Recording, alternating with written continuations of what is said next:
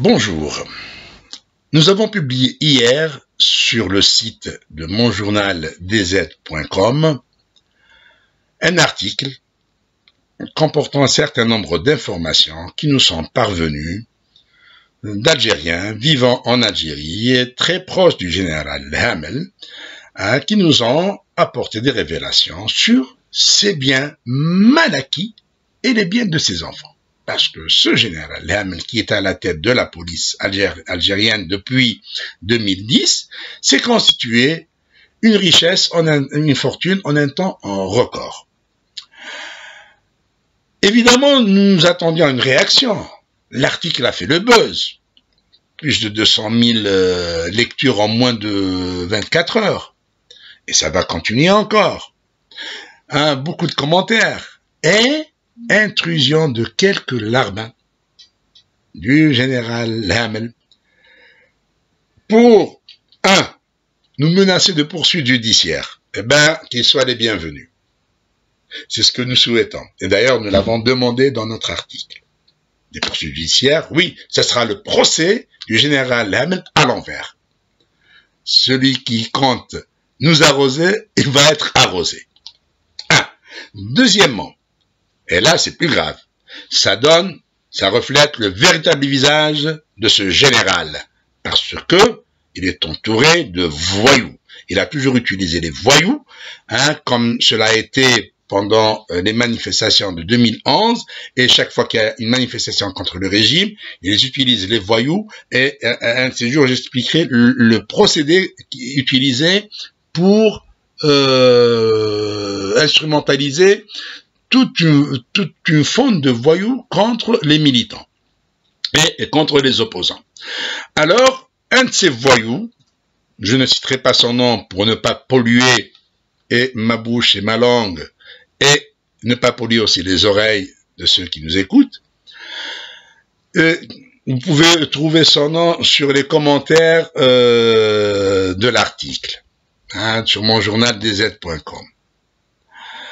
Donc, cet individu, ce larbin, on n'est même pas sûr de son nom. Il a mis un nom et un prénom, on n'est même pas sûr de son nom.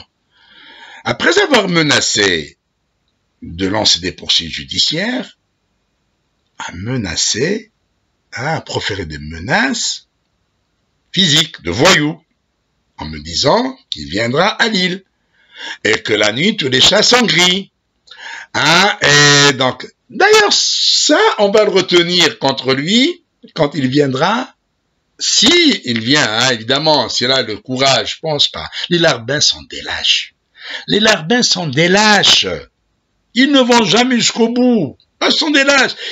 Cet individu n'osera jamais montrer sa gueule devant un tribunal. D'ailleurs, il n'aura même pas le droit de venir, mais c'est en justice. En quelle qualité on va lui demander? Il faut que ce soit une plainte déposée par le général Hamel en personne. En personne. Et c'est mon souhait. Parce que là, ce sera son procès à lui, au général Hamel, et le procès du régime. Et là, je lance un défi au général Hamel. S'il a 1 gramme, je dis bien 1 gramme d'homme, je voulais pas arriver jusque-là, mais puisque ces larbins m'amènent à parler ce langage, à lancer ces défis, je dis, s'il a 1 gramme d'homme, ce général Hamel, qui dépose plainte, là où il veut.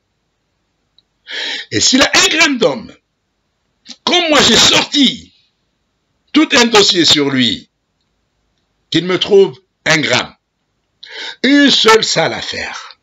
Une seule, je dis bien une seule affaire bénigne, affaire banale, tout ce qu'il veut.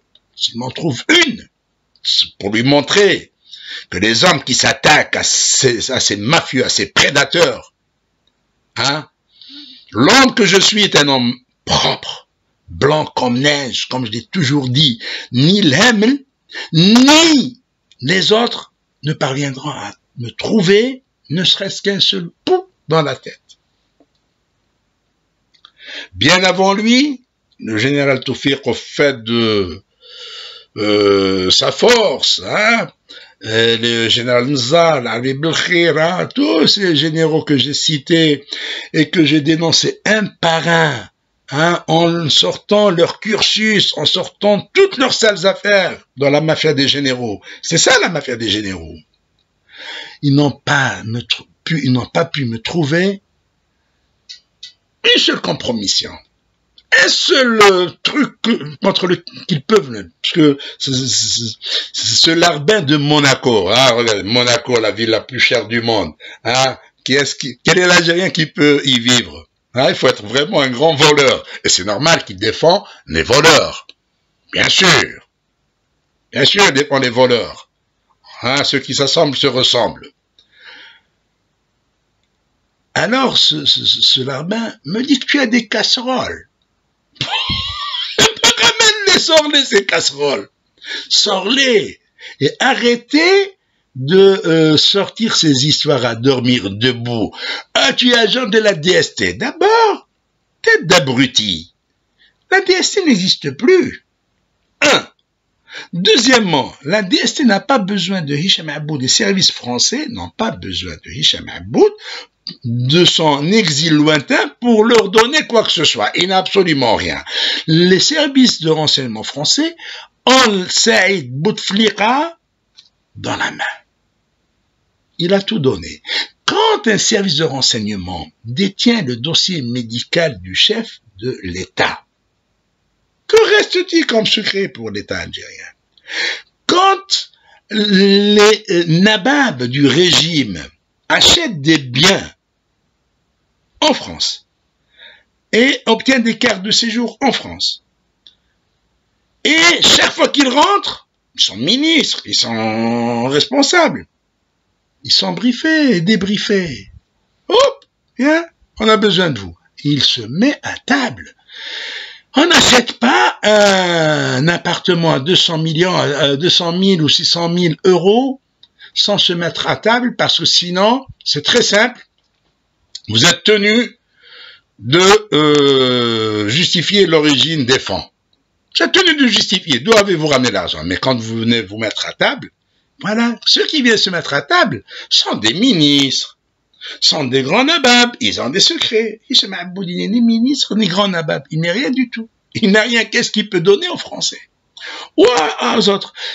Mais puis, il fallait trouver autre chose. Ces histoires de mains étrangères, de manipulation, de ceci, de...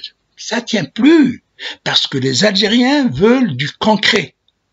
Si vous avez quelque chose de concret contre moi, puisque vous coordonnez, vous coopérez avec les services français, hein, que ce soit la police ou les services secrets, ils peuvent vous donner tout ce que vous voulez me concernant. Ils peuvent vous donner 6 ans quelque chose à donner. Ils peuvent vous les donner. Et vous n'aurez rien, ni en Algérie, ni en France, ni partout ailleurs. Je suis un homme propre, blanc comme neige, je le pète, c'est ça qui fait ma force. Il y a des gens qui s'étonnent quand ils me voient m'attaquer, pas au menu fretin. Non, moi je m'attaque jamais à un minable, un menu fretin comme ça. Moi je suis un aigle, je ne descends pas au niveau d'un rat d'égout. Il y a des rats d'égout qui se défendent, soi-disant, les Saïd Bouteflika, les Hem, je leur prête même pas attention. Hein, il fait pour faire le buzz, il fait une vidéo dans laquelle il cite mon nom, pour que les gens, quand ils voient mon nom, ils y viennent et alors, en quoi ça me touche? Moi, je m'attaque à ces patrons, à ces prédateurs, ces grands prédateurs. Je ne m'attaque pas aux rongeurs. Un rongeur, ça s'attaque pas. Moi, je suis un aigle. Non. Donc, je les ignore. Et si j'ai parlé de ce larbin de Monaco, c'est justement parce que, tout simplement, il a parlé au nom du général Lhadi. Et moi, je m'en tiens au général Lhadi. Non, le larbin, je m'en fous. Tu n'y accordes pas le moindre crédit. Parce que, dans notre article, hein, nous sommes basés sur des informations. Nous n'avons pas mis toutes les informations. Ce qui ne pouvait pas être prouvé, on ne le met pas. On ne le publie pas. Et dans ce cas, nos preuves sont suffisantes. D'abord, la première preuve. Hein, ces gens qui viennent, soi-disant, parce qu'il a lâché toute une armée hein, pour le défendre, pour dire il est beau, il est gentil, il est intellectuel, il est ceci, il est cela. Bon, intellectuel, gentil, beau.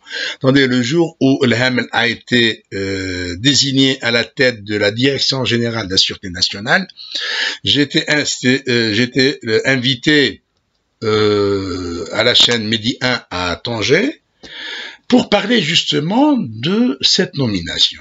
C'était un événement. Hein, la nomination d'un nouveau patron, que ce soit au niveau de l'armée, ou à la police, ou à la gendarmerie, c'est un événement. Donc on m'a invité, j'étais sur le plateau, et j'ai étonné tout le monde. Bien que j'étais un exilé, hein, j'étais exilé à l'époque, en 2010, j'étais aussi, j'ai toujours été contre les mafieux, donc j'ai toujours dénoncé ces mafieux, ces prédateurs. Eh bien, je n'avais pas tari d'éloge sur le général Hamel. J'avais dit, c'est bien qu'un intellectuel, un docteur d'État en sciences politiques, il a un diplôme en informatique, ce bonhomme a fait une carrière, il appartient à la génération d'indépendance, il a mon âge, hein, il a la soixantaine. C'est bien, moi j'aime bien voir un homme pareil à la tête de la police. Alors même à un certain moment, le journaliste qui m'interviewait me faisait remarquer, mais il est de Tlemcen, il est de la région de Tlemcen, et donc proche de Bouteflika. J'ai dit, si Bouteflika a une dizaine d'officiers ou de personnes qui ont cette envergure de l'Hamel, s'il a 10 comme l'Hamel, qu'il les ramène. Qu'ils soient les bienvenus, qu'ils viennent servir l'État algérien, parce que moi, le régionalisme, je ne connais pas. Deuxièmement, donc, l'Hamel, qu'est-ce qu'on a dit de lui? On lui a sorti ses affaires. C'est bien mal acquis. On lui a pas sorti autre chose. Qu'on ne vient pas nous faire passer pour un saint, pour quelqu'un qui n'a pas pris, qui n'a rien. Mais non. Si ce général Hamel était un saint, comme je le suis, moi je suis saint et vraiment blanc comme neige, hein, sympa avec un T à la fin, S-A-I-N, hein, Salim, voilà, vif, propre, intègre. S'il était aussi propre, il n'acceptera jamais de se croiser les mains en voyant les noms de Bouchouareb, de Saïdani, de Sellal, hein, tas d'autres hein, qui circulent dans la presse, dans tous les scandales. Il ne peut pas se taire. En tant que patron de la police, sa mission première, c'est de s'attaquer d'abord à ces voleurs. Il ne le fait pas. Deuxièmement, sa mission, c'est de veiller sur la sécurité, la sûreté nationale. La sûreté du pays, la sécurité du pays commence par l'économie. Quand on vient toucher à l'économie, on commence à préparer l'explosion sociale. Parce que ces détournements, ces vols vont finir par appauvrir le peuple algérien. Et un peuple appauvri va sortir dans la rue, manifester, et ça va vers l'explosion, et ça va contre le régime. Ça va faire chuter le régime. Normalement, le patron de la police ne laisse pas ça. Ce patron de la police, dois-je rappeler, qui a été prompt, vraiment très rapide, hein, à faire bouger un de ses sbires du commissariat central d'Alger, lorsque j'avais fait une déclaration à la presse où je dénonçais l'interdiction de parution de mon journal et de Jalidati le 19 mai. Eh bien, ce jour-là, dans la journée même, à 16h, Belkacem Zermati, l'ex-procureur général qui a eu un petit coup de pied, là où vous le savez, hein, a vite fait de publier un communiqué par l'agence APS. C'est la première fois dans l'histoire de l'Algérie. Ça arrive qu'on publie un communiqué contre un journaliste. Retenons contre moi les charges suivantes. Atteinte à la sécurité nationale, atteinte à l'intégrité territoriale, atteinte au bon fonctionnement des institutions d'État. Qu'est-ce que j'ai fait? J'ai fait une déclaration. Et c'est écrit, là, je vais publier cela. Hein. Ça y est, je vais scanner les documents, on les publie. Il n'y a pas de... Pour montrer comment réagit le Hamel en 5-5, hein, parce que qui a fait bouger le procureur? Pas tout seul. Dans le dossier, nous avons trouvé une instruction, hein, une demande d'un officier de police du commissariat central d'Alger. C'est-à-dire que c'est la police qui a saisi la justice. Bravo! Vous avez saisi la justice, la police a saisi la justice, même contre moi. Très bien, bravo. Et pourquoi cette police ne saisit-elle pas la justice quand elle apprend que Saïdani lui-même, il reconnaît avoir un appartement payé à 600 000 euros?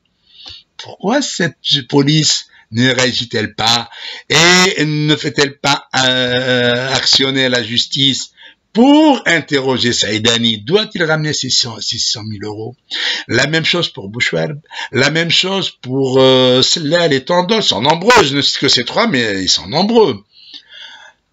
Cette police qui m'interdit la sortie du territoire national sans passer par le juge d'instruction, parce que seul le juge d'instruction a le droit de prononcer une ISTN, une interdiction de sortie du territoire national.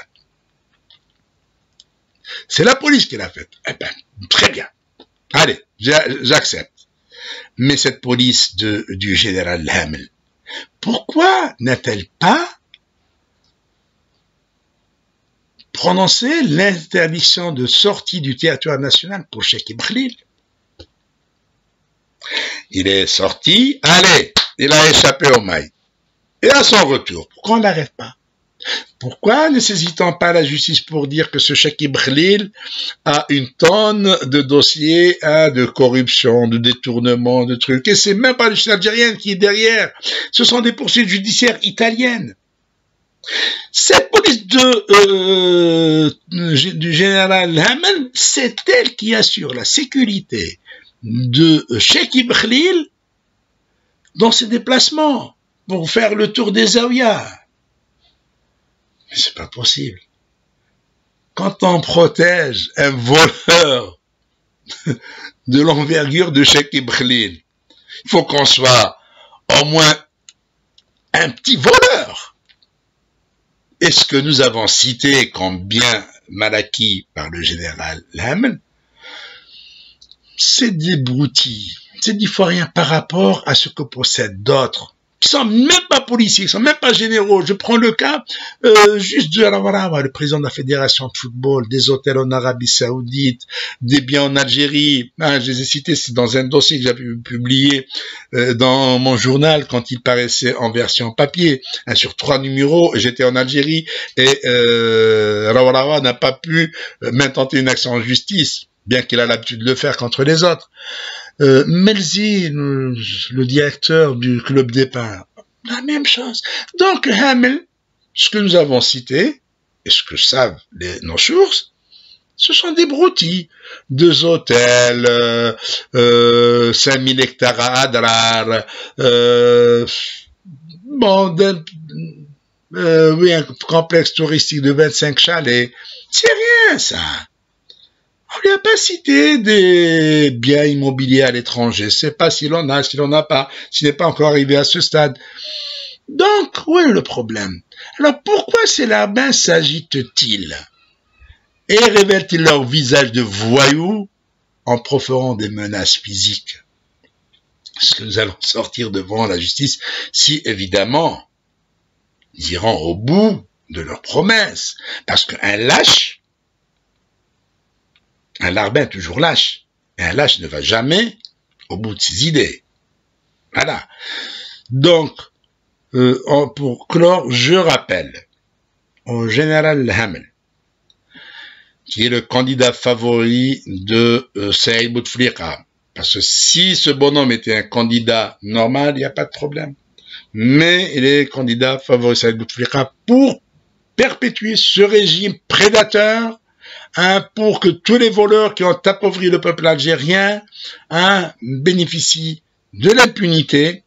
Et c'est pour ça que le peuple algérien doit s'opposer à la candidature de cet homme, c'est-à-dire au plan machiavélique, au plan diabolique de Saïd Bouteflika et ses larbins et sa cour. Et d'ailleurs, parce que, pourquoi ce papier leur a fait mal? Je comprends pourquoi il leur a fait mal, parce que l'Hamel se prépare sa campagne. Sa campagne a commencé quand le Mouloudia d'Alger avait remporté la Coupe d'Algérie, l'USMA, le champion d'Algérie. Il a profité de la réception organisée par le Wali d'Alger entre l'Arbin du régime, en l'honneur des deux équipes vainqueurs, pour jouer les beaux rôles, hein, et rendre hommage avec des breloques aux anciennes gloires du football algérien et aux deux clubs les plus populaires d'Alger, et le Mouloudia c'est le club populaire d'Algérie, pour se faire une image d'un homme sportif, sage, tout ce que vous voulez, parce que par la suite, après la cérémonie, tous ces joueurs qui ont été honorés sont venus au micro des chaînes de télévision pour ne dire que du bien de ce général qui les a honorés, qui les a sortis de l'oubli, parce que nos anciennes gloires ont été jetées dans l'oubli. Et puis, autre chose, avez-vous vu dans le monde un directeur de police, un flic, le flic numéro 1 du pays, organiser un tournoi de football portant son nom, la Coupe du Général Hamel? Cela ne s'est passé ni en Algérie, avant le Hamel, ni dans le monde entier, pas même dans la dernière des républiques couscoussières ou bananières. Jamais de la vie. La Coupe du Général Hamel a été organisée à Oran, il y a quelques jours. Voilà. Le bonhomme, il se prépare. Alors, pour conclure, Général Hamel, en tant que personne, je n'ai rien contre vous. Mais en tant que patron de la police, patron de l'appareil de répression, hein, vous qui sortez vos hommes pour taper sur les Algériens, vous êtes un voleur, vous êtes un prédateur, et je vous dirai encore, si vous avez 1 gramme d'homme, c'est un homme, un gramme, la justice devant nous, ou si vous avez quelque chose contre moi, sortez-le. Puisque moi j'ai sorti tout ce que j'ai contre vous. Pas tout, hein, une partie, et je vais en sortir encore. Voilà, et aux petits larbins, je leur dis, je ne vous accorderai jamais le moindre crédit, je ne vous citerai jamais, je n'enregistrerai jamais de vidéo pour vous, hein, je ne consacrerai jamais un seul écrit en votre nom, vous mourrez comme ça, comme des rats d'égout, parce que moi je suis un aigle, je ne me bats pas contre les rats d'égout. Je ne descendrai jamais à leur niveau. Au revoir et merci.